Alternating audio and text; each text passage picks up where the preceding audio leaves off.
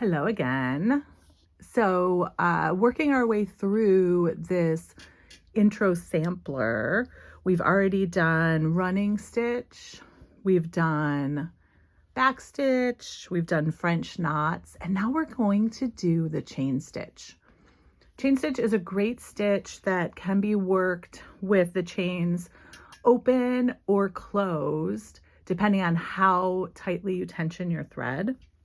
And there are two ways to do the chain stitch. I'm going to show you the kind of least traditional way, which I believe to be easier first.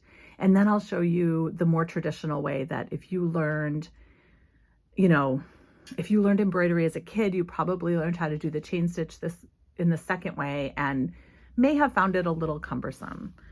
But the kind of least traditional way to do it, I believe, is actually a little easier. So as you can see, I've drawn the chains, and each chain has a loop, a kind of an open loop, right? And so there are two little legs that go around, and what you're doing as you're building the chain stitch is you're connecting them. So to connect them in the least traditional way of doing it, you go to the top of whatever chain you want to start on, and you come up and you make just a small little stitch that is, if you're looking at the chain like this, your stitch is a vertical stitch, just like that. So you just have a small little stitch right there. And then in the chain under it, you're going to come up on whichever side feels the best, whichever leg feels the best. You're going to come up, and you can pull it taut, not tight.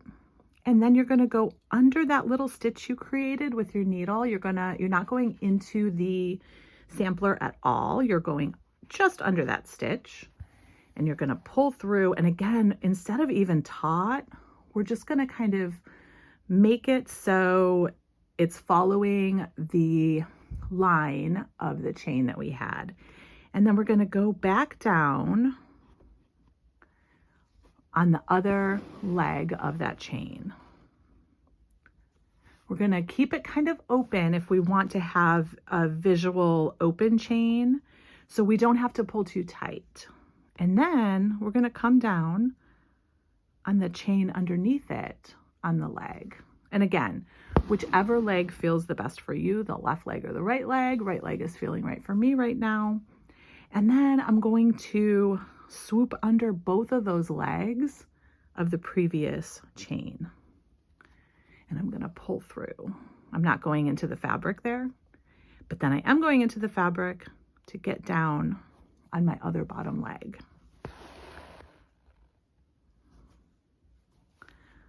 I'll do it one more time. So I'm coming up inside of the loop, 2 loops down basically, right? Where the leg of the next loop will be. And then I'm going to swoop underneath the 2 legs of the previous chain.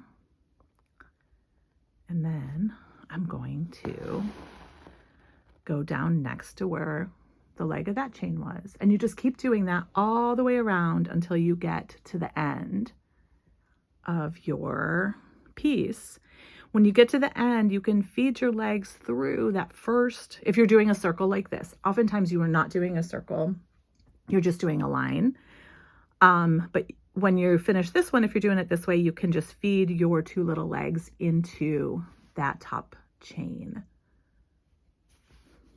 And then if you wanted to make a kind of a skinnier / closed chain, you just kind of pull tight and everything will tighten up a little bit there, and you'll have a double line that's connected at the top. It looks really nice for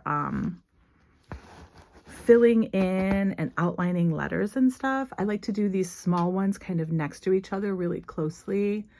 I did a rainbow on one of the drop cloth samplers that I did all chain stitches, but I made them really nice and snug so they fit like that. So it's your prerogative whether you want a more open chain or a more closed chain. And then I'm going to move over here and I'm going to show you the other way to do a chain stitch. And this one, so with this one, we kind of started at the top of a chain, at the closed loop part of the chain, and built down.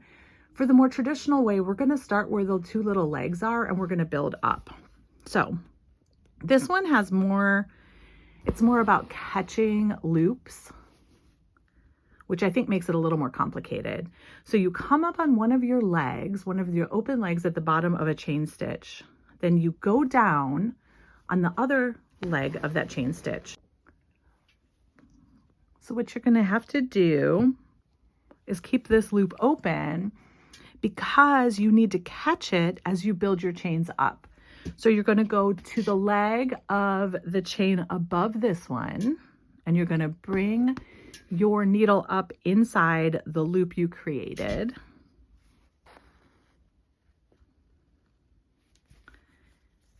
And you have to keep doing it like that. So it's helpful if you can use your other hand to kind of help you manipulate your thread.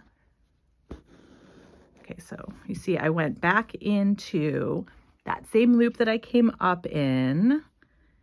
And then this, I need to keep this next loop open like so until I can come back in on the legs of the chain above. So you see how this one, I mean, this might make better sense to your brain. And if so, that's great. It's a great way to do it. There's nothing wrong with either way. But you can see that this might be a little more complicated because you can't just kind of stitch without thinking.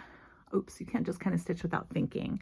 You have to make sure you're not pulling all the way through, because if you do pull all the way through, you're not going to catch this loop. And this is just going to be a little mark against the fabric there. So I'm coming up here. I'm going into that loop. See that?